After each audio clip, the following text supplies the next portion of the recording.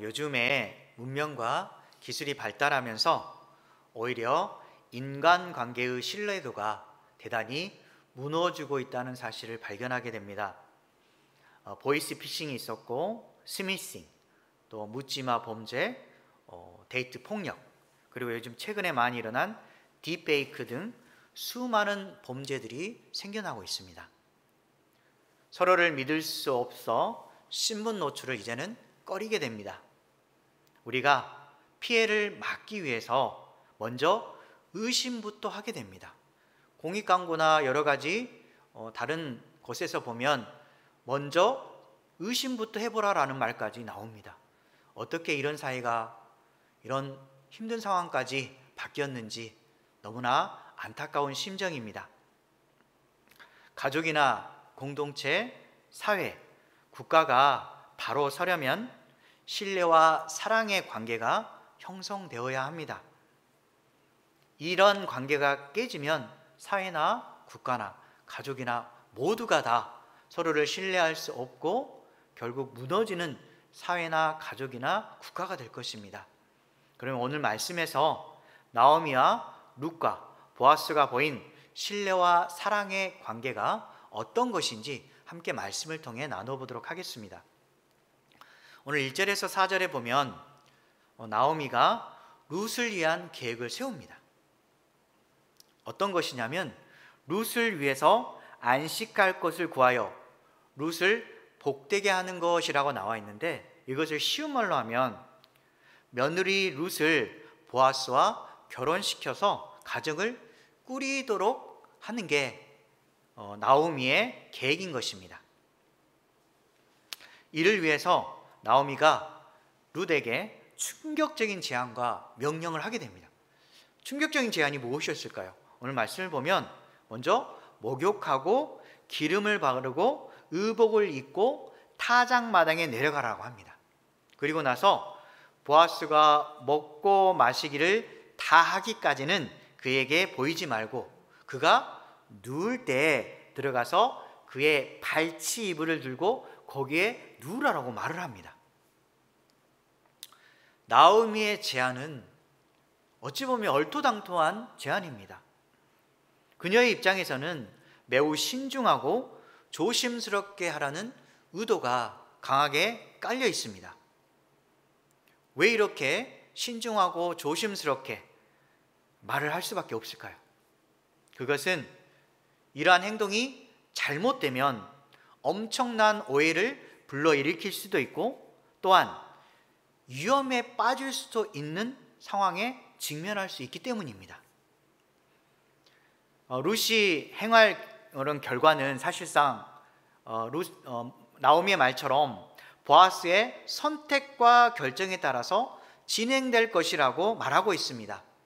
그녀가 이러한 모습을 보인다면 선택은 오직 보아스의 결정에 달려있는 것입니다.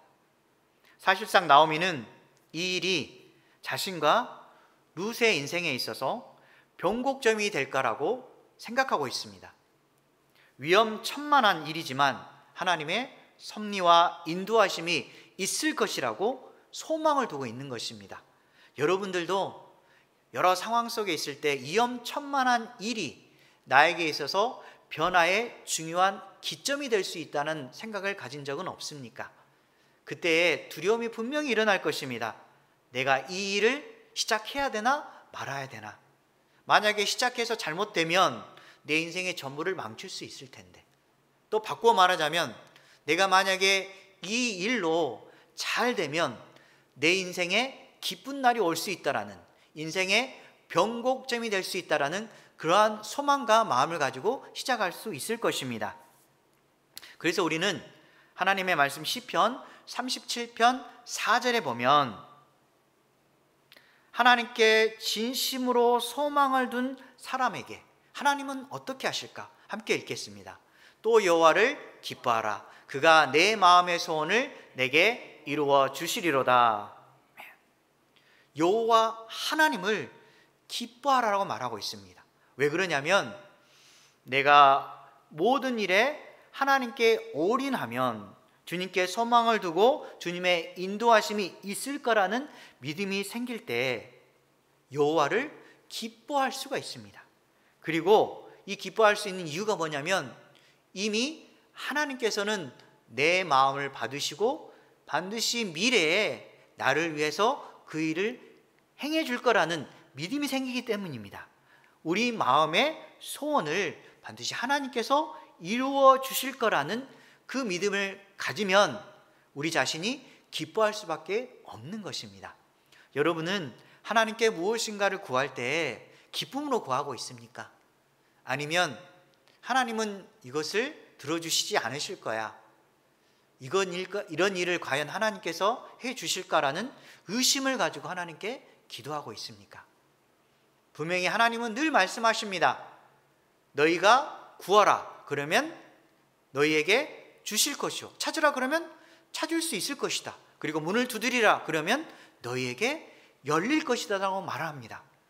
그 중요한 기반이 뭐냐면 믿음으로 구하고 하나님의 의를 따라서 진심으로 하나님께 소망을 두면 하나님께서 모든 것을 주시겠다라고 약속하는 것입니다. 그러한 믿음을 가질 때 하나님께서 나를 통해서 이루어질 그것이 너무너무 기쁘고 감사하다는 표현이 우리 안에 드러나는 것입니다. 여기 시어머니인 나오미도 마찬가지로 하나님께서 이룰 거라는 강력한 소망과 기대감이 그녀 안에 있었던 것입니다. 비록 위험천만하고 자신의 인생이 무너질 수도 있는 그 상황이지만 하나님은 반드시 보아스를 통해 이루어질 거라는 그 믿음의 확신이 그녀의 인생의 중요한 역할을 차지할 수 있다는 것입니다. 그러면 이번에는 룻으로 돌아가서 시어머니 나오미의 제안을 룻은 어떻게 마음을 먹어야 될까요? 분명히 시어머니 나오미는 얼토당토하지 않고 대단히 위험할 수 있는 그 상황까지 맞이하도록 제안을 하고 명령까지 했는데 과연 룻의 입장에서는 그것을 따라야 되나? 말아야 되나? 굉장히 갈등을 가질 수밖에 없습니다. 5절에서 7절에 보면 그녀의 결정이 나옵니다. 어떤 결정을 했을까요? 룻이 시어머니 나오미의 말에 순종하고 명령대로 행했습니다. 정말 놀라운 일입니다. 거절할 수도 있을 텐데 그녀는 어머니의 말대로 그대로 준행하려고 했습니다. 그래서 룻은 굳은 결심을 하고 타작마당으로 내려갑니다. 그런데 아무리 믿음이 있더라도 우리 안에는 항상 부정적인 생각이 나올 수밖에 없습니다. 우리 어떤 위험한 일을 진행할 때 가능할까라고 생각했는데 조금 지나다 보면 다시 의심이 쌓이고 이것을 할 수 있을까? 이거 만약에 실패하면 어떠지? 라고 이런 식으로 부정적인 마음이 꽉 붙잡습니다. 여기도 마찬가지로 룻도 가는 도중에 분명히 룻의 머리는 대단히 복잡했을 것입니다. 한밤중에 타작마당으로 가는 것은 자신의 명예가 더럽혀지고 생명도 위협을 받을 수 있다라는 그러한 생각을 분명히 했을 것입니다. 자신의 명예가 더럽혀진단 말이 무슨 말일까요? 타작마당에서 음란한 행위를 하려 한다는 부정한 여인으로 낙인 찍힐 수가 있을 것입니다. 또 생명의 위협을 받는다는 게 무슨 말이냐면 만약에 이러한 행동이 오해를 받아서 다른 사람에게 걸리면 돌에 맞아서 처형될 수 있는 아주 긴급하고 위험한 상황이 될 수 있다는 것입니다. 이러한 모든 정황과 상황을 생각해 볼 때 대단히 어렵고 결정하는 것은 목숨을 맞바꾸는 것과 같은 그런 힘든 결정이었을 것입니다. 이러한 어려움에도 불구하고 그녀는 왜 순종하고 나오미의 그 뜻을 따르고 행동으로 옮겼을까요? 여기서 알 수 있는 것은 룻도 나오미를 위한 간절한 마음이 있었습니다. 조금 전에 시어머니 나오미는 룻을 위해서 어떤 일을 할까 대단히 고민했고 그녀를 위한 계획을 짰습니다. 그녀의 마음속에서는 나오미 마음속에는 룻도 대단히 잘 되기를 바라는 그 심정, 즉 보아스를 통해서 결혼하여서 행복한 가정을 꾸렸으면 하는 그런 따뜻한 사랑의 마음이 있었던 것입니다. 반대로 마찬가지로 룻도 어떻게 하면 시어머니 나오미를 기쁘게 해드릴까, 그런 기뻐하는 마음과 간절한 마음이 또한 있었기 때문에 둘이는 서로 마음이 통했던 것입니다. 한 가지 더 뭐냐면 이런 일을 진행할 수 있었던 것은 자신에게 보여준 보아스에 대한 신뢰 때문입니다. 이전에 보아스가 자신을 위해서 먹을 것도 챙겨주고 자신이 하고자 하는 일에 대해서 전혀 방해가 받지 않도록 다른 사람들을 통해서 막아주고 도와주고 모든 일에 있어서 잘 풀리도록 해줬던 사람이 보아스입니다. 그가 해줬던 모든 선의와 모든 기뻐하는 마음들은 그녀에게 있어서는 대단히 호감을 가지게 되었고 보아스가 앞으로 자신을 책임질 수 있다라는 확신을 가질 수 있었던 것입니다. 그래서 여기서 룻과 나오미에게 배울 수 있는 신뢰와 사랑의 관계가 어떤 것인지 우리가 한 번쯤은 생각해 볼 수 있을 것입니다. 그것은 뭐냐면 룻과 나오미는 같은 뜻과 같은 마음을 품고 한 방향으로 가고 있습니다. 무엇이냐면 서로 굳게 신뢰하고 따르라는 것입니다. 우리도 마찬가지로 누군가를 진심으로 신뢰하고 사랑하는 관계가 있다면 가장 먼저 해야 될 게 뭐냐면 굳게 신뢰하고 또한 그대로 서로 따라가려고 하는 마음의 존중감이 있어야만 하는 것입니다.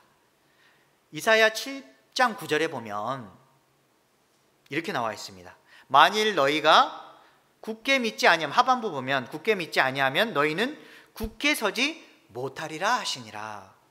우리가 어떤 사람과 같은 일을 진행할 때 같은 방향을 가려고 하고 같은 목표를 향해 가고 있는데 굳게 서로 믿지 아니하면, 신뢰관계가 깨진다면 굳게 서지 못한다라고 하나님께서 말씀하시는데, 서로 굳게 신뢰하지 않고 마음이 나누어지면 삐걱거리는 상황을 맞이할 수밖에 없습니다. 가정에서도 이렇게 느꼈을 것입니다. 어떤 일을 진행하려고 할 때 남편이 그리고 아내가 진행하는 모습을 다른 편에서 아내나 남편이 반대하고 이것은 아닌 것 같다고 하면서 오히려 같이 도와주는 것이 아니라 반대하는 입장을 내비쳤을 때 상당히 어려운 관계를 맺게 됩니다. 물론 이런 것은 당연히 있을 수 있습니다. 왜냐하면 서로 생각과 또한 자신이 해야 될 일에 대해서 다른 마음을 품을 수도 있기 때문에 서로 똑같은 마음을 가지는 것은 쉽지가 않습니다. 상황의 어려움과 생각의 차이로 인해서 신뢰와 사랑이 흔들릴 수도 있다는 것입니다. 그렇다면 이때 우리가 해야 될 일이 무엇일까요? 조금 전에 서로 굳게 믿지 아니하면 굳게 서지 못하리라고 했는데 우리가 할 수 있는 것, 우리 모두는 다 실수할 수밖에 없는 다약한 인간입니다.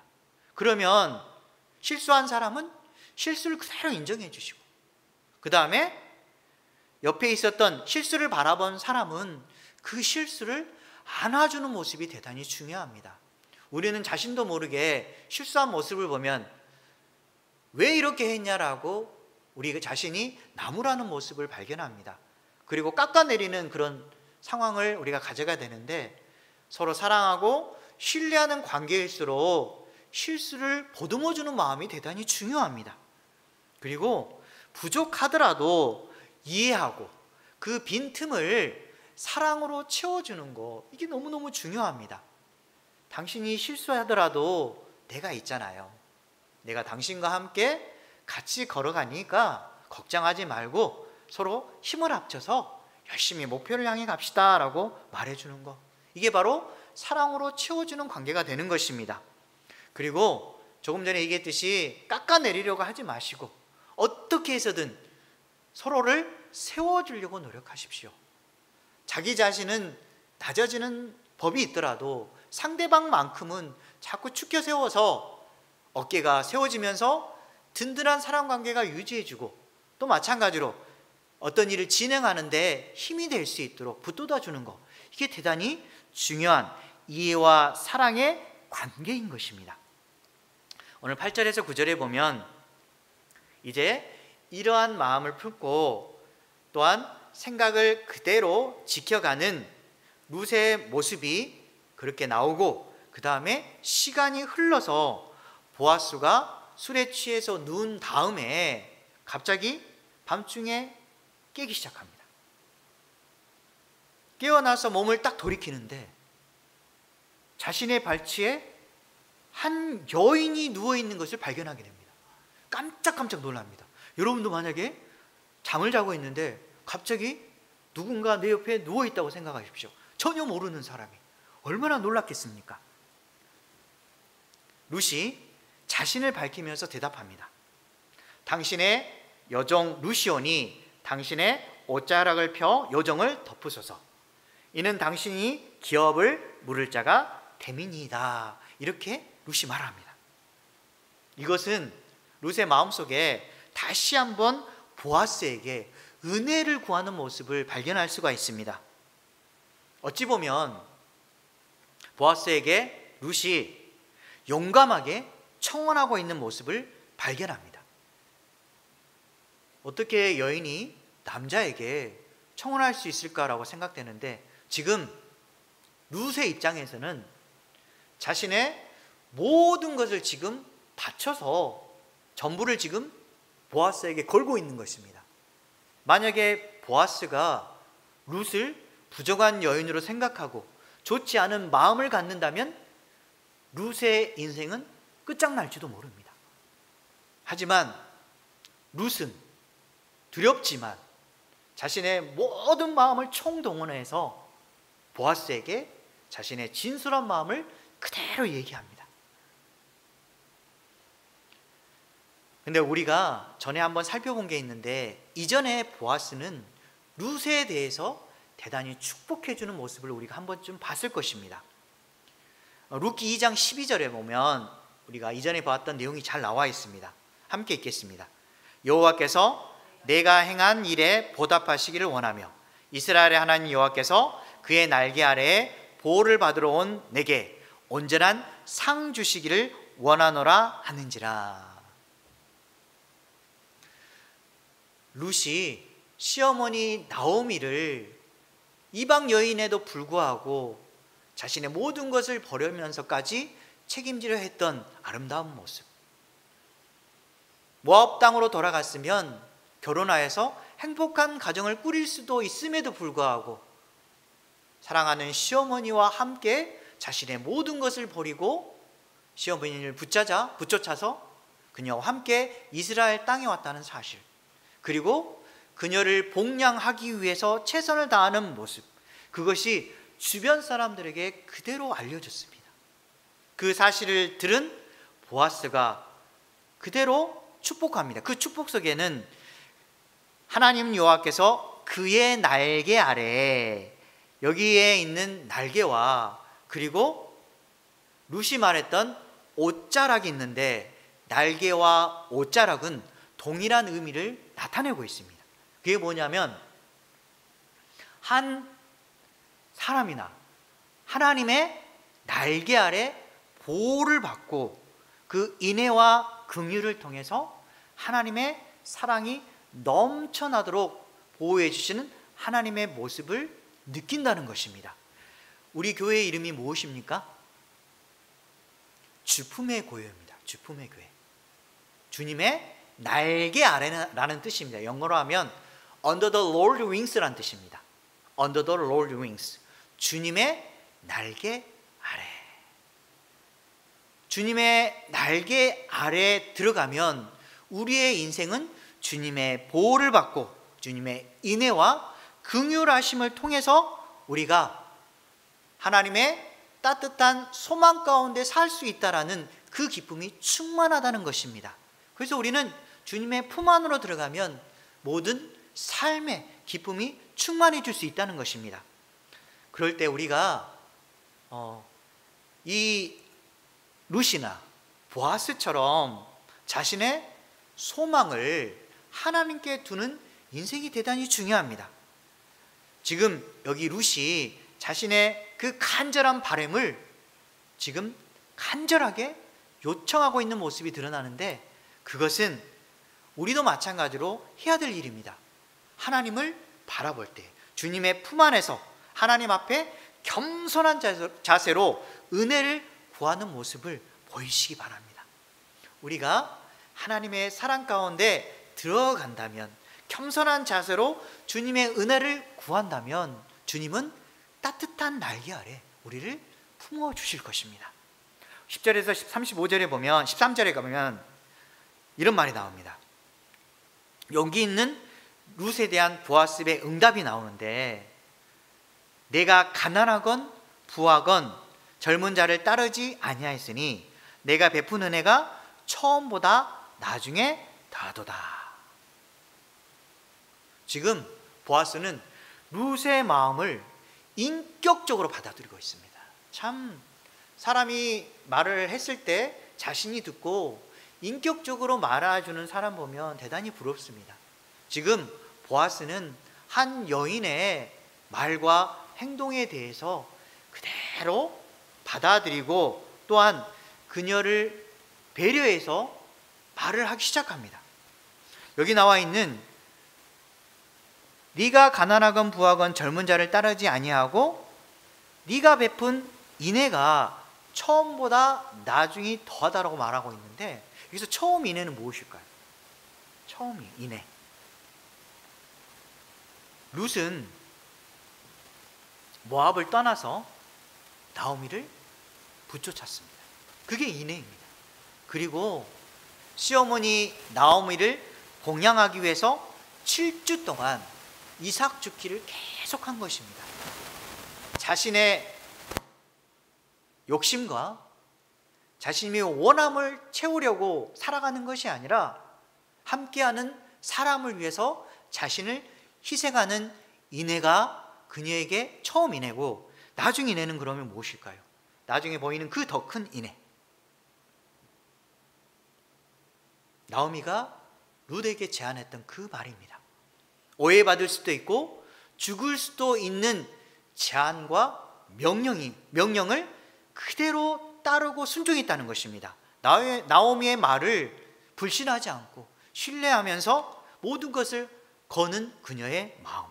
그리고 또 한 가지, 보아스에게 담대하게 행동하면서 청혼한 것 또한 나중 인애로 볼 수 있습니다. 처음 인애보다 나중 인애가 더 크다 하면서 오히려 룻을 칭찬하고 있습니다. 참 이렇게까지 사람을 대우해 줄 수 있을까라는 생각이 드는데, 그는 이러한 마음과 생각과 따뜻함을 전해줍니다. 그리고 11절에 보면 더 중요한 말을 합니다. 어떤 말이냐면, 내 딸아 두려워하지 말라. 내가 내 말대로 내게 다 행하리라. 내 말대로 내가 행하겠다. 그러면서 뭐라 말하냐면, 내가 현숙한 자인 줄을 나의 성읍 백성이 다 아느니라. 이렇게 말합니다. 먼저 여기서 보아스가 취한 행동은 뭐냐면 룻을 안심시킵니다. 딱 안심시켜요. 그리고 베들레헴 사람들도 그녀를 나쁜 여인으로 보지 않고 현숙한 여인으로 인정하고 있다는 격려의 말까지 다 해줍니다. 여기서 현숙한 여인은 어떤 여인일까요? 잠언서 31장 10절에 보면 이렇게 나와 있습니다. 함께 읽겠습니다. 누가 현숙한 여인을 찾아오겠느냐? 그의 값은 진주보다 더하니라. 현숙한 여인을 누가 찾아오겠느냐? 과거에 구약시대에는 이 현숙한 여인은 히브리어로 하일이라는 게 있습니다. 하일. 이게 무슨 말이냐면 사회적으로 경제적으로 능력이 있는 여인을 말합니다. 집안에 있는 모든 형편을 잘 꾸려가기 위해서 경제적으로 또한 물질적으로 사회적으로 능력을 갖출 수 있는 여인을 현숙한 여인이라고 했습니다.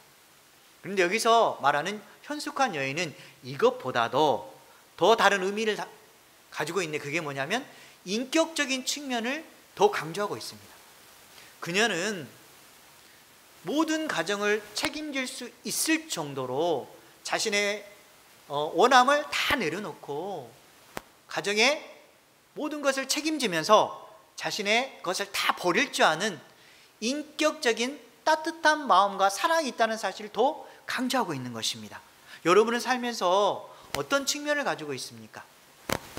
현숙한 여인으로서 하나님을 위해서 진심으로 살아가고 있습니까? 아니면 반대로 어리석은 여인처럼 자신의 욕심에 이끌려서 자신의 원함대로 잘못된 길을 가고 있지는 않습니까? 현숙한 여인은 대단히 집에서 중요합니다. 그래서 지금 사실 이 현숙한 여인 속에 어떤 의미가 담겨 있냐면 룻이 욕망에 사로잡히거나 또는 재산의 욕심을 품고 보아스에게 접근한 것이 아님을 이미 그가 알고 있다라고 말해주고 있고 그녀의 청혼을 이로 말미암아 기꺼이 받아들이겠다고 말하고 있는 것입니다. 그런데 여기서 한 가지 문제를 발견하게 됩니다. 그게 뭐냐면 보아스보다 더 가까운 친족이 있다는 것이죠. 그러면 가까운 친족이 있다면 자신은 다음으로 해야 될 아주 어찌 보면 본인의 입장에서는 두 번째의 자리에 위치하거나 아니면 세 번째의 자리에 위치해 있어야 되는 그런 어려움에 있는 관계 속에 있습니다. 하지만 그는 이렇게 제안합니다. 그에게 먼저 즉 기업 물을 자 더 가까운 친족에게 기회를 주고 나서 수락하지 않으면 자신이 기업 물을 자 고엘이라는 말인데 이 고엘의 책임을 이행하겠다고 약속하는 것입니다. 얼마나 든든한 말입니까? 자신보다 더 가까운 친족이 만약에 너를 책임진다면 내가 기꺼이 양보하겠다. 하지만 그가 책임지지 않는다면 내가 너를 기꺼이 나의 모든 것을 바쳐서라도 너를 책임지겠다라고 그런 말을 했을 때 얼마나 룻의 입장에서는 마음이 든든하고 기쁘겠습니까? 보아스의 성품을 한번 살펴보십시오. 이 성품은 경솔하지도 않고 대단히 침착합니다. 상황도 잘 알고 안 되었을 경우에는 차선책까지 얘기를 합니다. 그리고 약속을 중요하게 여기고 책임감 있게 행동하고 있습니다. 더 중요한 게 뭐냐면 그는 세심하게 배려하고 있다는 것입니다. 어디를 보면 알 수 있냐면 13절에 이 밤에 여기서 머무르라. 그리고 또 하나는 뭐냐면 아침까지 누워 있을지니라. 혹시나 다른 사람이 발견하면 엄청난 위험에 처할 수도 있기 때문에 이 밤에 가만히 있거라. 아침까지 누워 있어라 라고 그녀를 따뜻하게 배려해 줍니다. 보아스는 인격적인 사랑을 베푸시는 하나님의 사랑을 그대로 닮았습니다. 하나님은 우리의 고엘이 되어주시고 약속을 반드시 지키시며 사랑으로 우리를 기다려 주십니다. 그분이 바로 우리의 하나님이 되십니다. 그 하나님을 신뢰하고 그분께 소망을 두는 저와 여러분 되시기 바랍니다. 말씀을 정리하도록 하겠습니다. 나오미는 보아스를 통해서 무너진 가정을 다시 세우기 위한 계획을 세웠습니다.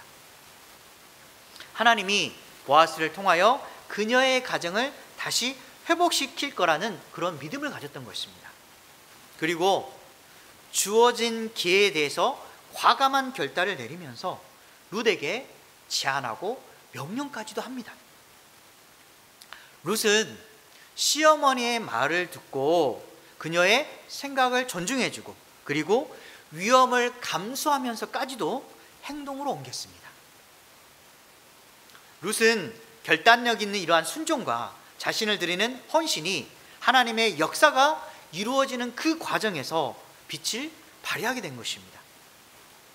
이렇게 신뢰와 사랑의 관계는 믿음으로 행동하고 그리고 하나님의 도우심으로 열매를 맺게 되는 것입니다. 이에 하나님은 성숙한 성품을 소유한 보아스의 마음을 움직이게 하십니다. 룻이 보아스로부터 따뜻한 마음과 배려심을 받도록 하나님께서 이끌어 가신 것입니다. 이처럼 하나님을 향한 신뢰와 믿음을 품고서 용감하게 행동하시기 바랍니다. 그리고 하나님의 역사하심과 인도하심을 경험하시기 바랍니다. 그리하면 우리 인생은 하나님의 날개 아래 보호를 받을 것이며 또한 인생이 회복되는 놀라운 역사가 이루어지리라 믿습니다.